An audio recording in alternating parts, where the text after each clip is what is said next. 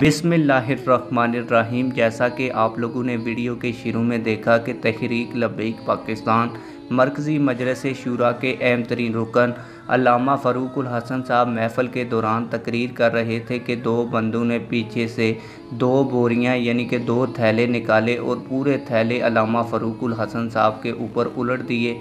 इन थैलों में क्या था और उन्होंने अल्लामा फ़ारूकुल हसन साहब के साथ महफ़िल के दौरान और तकरीर के दौरान ऐसा क्यों किया, आप लोगों को मैं मुकम्मल वीडियो दिखाऊंगा। लेकिन मुकम्मल वीडियो दिखाने से पहले आप लोगों से एक छोटी सी रिक्वेस्ट है, अगर आपने अभी तक हमारे चैनल को सब्सक्राइब नहीं किया तो जल्दी से चैनल को सब्सक्राइब कर दें और वीडियो को लाइक कर दें ताकि आने वाली नई वीडियोस बर वक्त आप लोगों को मिलती रहें।